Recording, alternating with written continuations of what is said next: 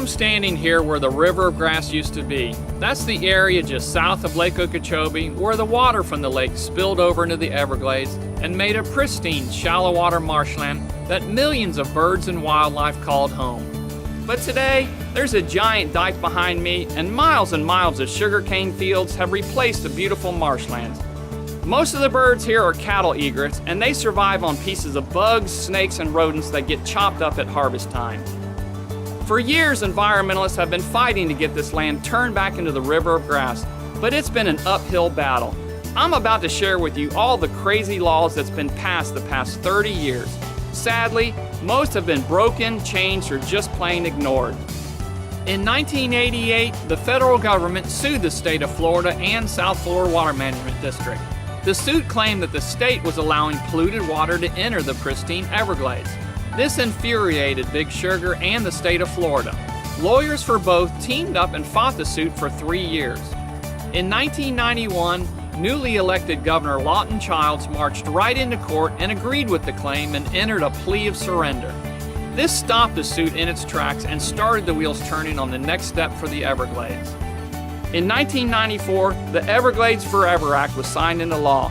Its main objective was to stop the pollution from farmers, more specifically phosphorus. There was a threshold established at 10 parts per billion and a timetable put into place for this threshold to be met. The farmers were also mandated to use, and I quote, best management practices to reduce pollution on their own. Regulators were also hired to monitor the levels in the EAA, but by 2001, it was clear to them that the threshold could not be reached. So in 2003, our lawmakers drafted another bill to extend the deadline until 2026. That's a 23-year extension. Environmentalists devised a nickname for this bill. They called it the Everglades Whenever Act. In 1997, the Everglades construction project was implemented. It was funded by the Forever Act and cost a whopping $825 million. The project consisted of 6 stormwater treatment areas totaling 40,000 acres. These shallow water man-made marshes were strategically positioned downstream of agricultural land and major canals. The goal was to get the phosphorus levels below the 10 parts per billion threshold. The STAs were a huge success. Not only did the phosphorus levels go down, the areas were a magnet for birds and wildlife. Today, they are Florida's premier places for birdwatchers to get a glimpse on how the Everglades once was. In 1999, the Army Corps of Engineers submitted a plan to Congress to restore the Everglades. The plan was the largest environmental restoration project ever proposed in the United States, and at a cost of $10.5 billion, it was projected to take over 30 years to complete. Congress passed this plan in 2000, and it was called C.E.R.P, which stands for the Comprehensive Everglades Restoration Plan. C.E.R.P has 68 different projects. All are designed to increase the flow of water back into the Everglades National Park. Some canals will be filled in, while other spreader canals will be installed to divert the water into a sheet flow, and part of the Tamiami Trail would be raised to allow the water to flow into the park. If successful, C.E.R.P will increase the amount of water going into the park by 100 billion gallons, bringing the total to 325 billion gallons per year. Even if they hit their target, that's still 125 billion gallons short of the historic levels. In 2004, the MICCOSUKEE and Seminole Indian tribes sued the state for allowing polluted water to enter their reservations. 4 years of legal battles erupted, and in 2008, a federal judge ruled that the state had violated its fundamental commitment and promise to protect the Everglades.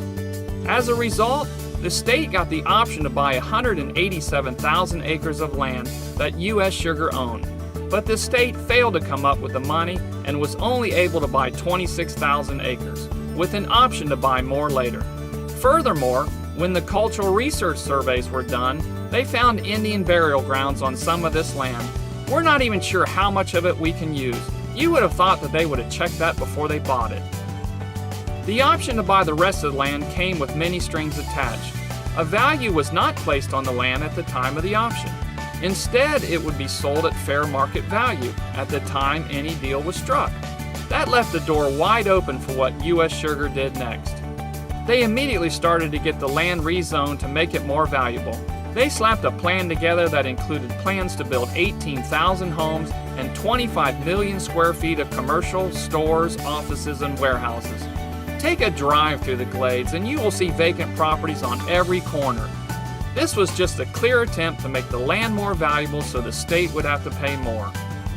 In August of 2014, U.S. Sugar fast-tracked their plan right through to the Henry County Commissioners. At the public meeting, several environmental groups were there vigorously protesting the move.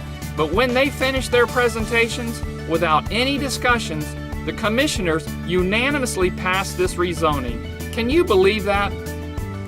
In 2013, Governor Rick Scott signed a bill called Restoration Strategies. It set aside $80 million per year for the next 10 years. The tax on sugar farmers remained, but he refused to strengthen the already weakened standards for phosphorus that was put into place in the 2003 revision. For instance, a farmer who produced phosphorus levels higher than the allowable level couldn't be singled out, as long as all the other farms around him collectively had lower levels, so the polluters were not being held accountable. The reason for this move was clear when the public learned that the South Florida Water Management District owns 2 sugar farms in Palm Beach County, totaling 1,200 acres. These 2 farms produce levels of phosphorus that is 3 times the already low standards, and tests over a 4-year period showed that they were getting worse and not better. So let's get this straight. The district, who is in charge of enforcing the law, is one of the biggest polluters. How is this possible? In November of 2014, 75% of the Florida voters were fed up with all these shenanigans and passed Amendment 1, which allocated $700 million to specifically buy land for conservation. The money was put into a trust fund called the Land Acquisition Trust Fund. Furthermore, it prohibited the legislature from using the money to pay general expenses. That couldn't be any clearer. We finally had the money we needed, and the first chance to buy land came in 2015 when the state had an option to buy 46,800 acres of land. The option was the result of the court ruling back in 2008 when the economy was in recession and the sugar business was in decline. But in 2015, with the economy back up and running, the sugar farmers were making record profits, and they were clearly putting pressure on our legislature. As a result, the option to buy the land expired with no deal. What a slap in the face. Later that year, lawmakers were caught diverting money from the Land Acquisition Trust Fund to pay salaries and expenses that were clearly not land purchases. 2 lawsuits were brought by environmentalists, and you won't believe what happened next. In 2016, the legislature passed the Legacy Florida Act. On the surface, they made it look like a good bill for the Everglades, but in reality, it made it legal to use Amendment 1 money to fund other projects all over the state instead of buying land, which is what Amendment 1 was designed to do. It was like putting lipstick on a pig. We voted on that amendment, and then they changed it. 75% of the voters in Florida ought to be appalled by this action. The state still holds an option to buy 153,000 acres until October 11th, 2020. But here's the catch. The land is subject to a leaseback, which means the state will have to lease the land back to U.S. Sugar for 20 more years. Bottom line is, we would have to shell out $1 billion or more and wait for 20 plus years before we would be able to dig the first shovel of dirt on any project. I would like to meet the person that negotiated that deal. It's embarrassing how our politicians have been outsmarted time and time again. Here's an idea, lawmakers. How about you pass a law allowing the government to take the land under eminent domain? After all, that's what you guys do the best, change the law. There's already laws on the books for roads, bridges, and pipelines. There's no reason why you can't pass one for clean water. Since you guys can't negotiate, you won't have to anymore. You can just take the land and let a judge determine fair market value, just like they do when they build a road. We not only have to fight Big Sugar, but we have to fight our own government too. It's time we stop taking all this crap. We got to get more people involved so that we can teach our politicians when we say buy the land, they need to write the check. After all, they work for us, and it's our money that they're spending.